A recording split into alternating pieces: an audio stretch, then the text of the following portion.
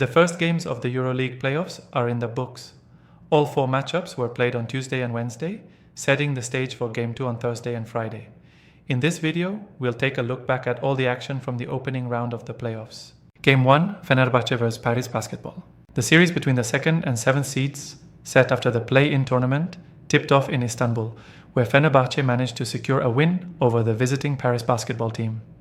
The game started at a very fast pace, which clearly suited the Paris side.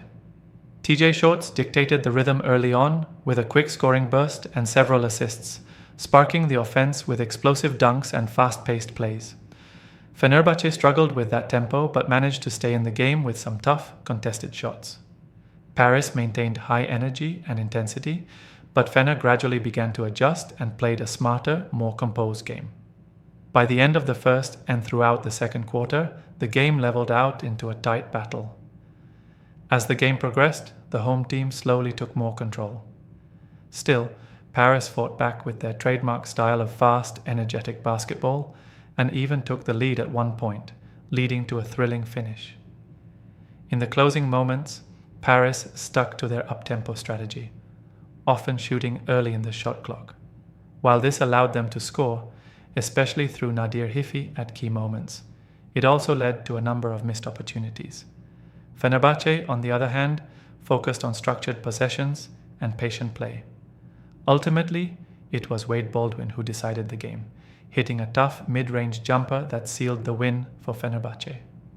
Even though Paris came in as the underdog, they stayed competitive throughout the entire game, and we can definitely expect an exciting rest of the series. It's also worth noting that the atmosphere in Istanbul was electric, and this marked Paris's 3rd loss to Fenerbahce this season.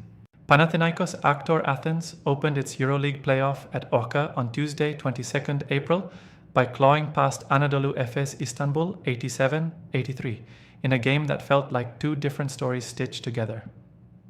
The Greens stormed ahead 30-20 early in the second quarter behind crisp ball movement and a raucous crowd, only to watch Efes flip the script with a stunning 0-17 burst.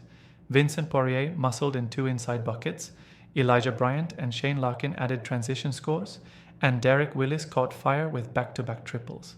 In barely 4 minutes, the scoreboard swung from 32-23 Panathinaikos to 32-40 Efes, and the visitors rode that wave to a 48-40 halftime lead, while MVP Kendrick Nunn misfired 4 of 15 and Kostas Slokas struggled to steady the offense.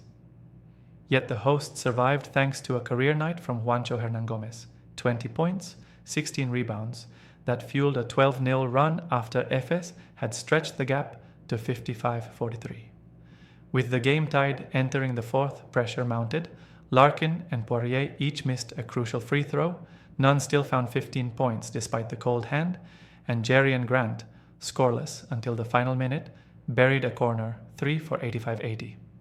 Hernangomez's heroics, plus key contributions from Omer Yurtseven, 14 points, 7 boards, and Slukas on 13, sealed a thriller that began with Efes's breathtaking surge and ended in green celebration, giving Panathinaikos a 1-0 series lead. Wednesday night, 23rd April, Monaco overpowering FC Barcelona 97-80 at Salle Gaston Médecin to seize a 1-0 lead in the best of 5. Early on, Kevin Punter's back-to-back threes and Justin Anderson's acrobatic three-point play lifted Barca to a 14-8 cushion, but the hosts quickly replied in a shootout that saw Mike James nail 2 deep triples and Alpha Diallo join the barrage. Mid-first quarter fireworks ended with Monaco still trailing 21-25, yet the second period belonged entirely to the Roca team. Ili Okobo buried a corner 3 and Mam Jaite's jump hook nudged Monaco ahead, 26-25, sparking a blistering 15-0 avalanche.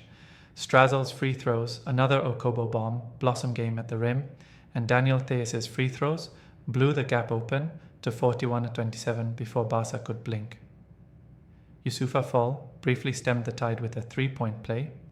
Dario Brizuela raced for a transition triple, and Panta's mid-range strike clawed the visitors within 42-37.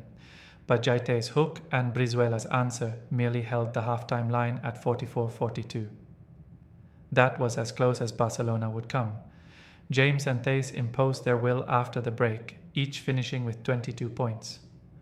Okobo added 19, Strazel 13, and Jaite 10. As Monaco's balanced offense kept rolling while its defense hounded punter, team high 16, into tough looks. Fall's bruising double-double of 13 points and 14 rebounds gave Barca fleeting second-chance hope, yet late triples from Diallo and Okobo, plus Theis's bulldozing drives, restored a double-digit cushion that ballooned to the final 17-point margin.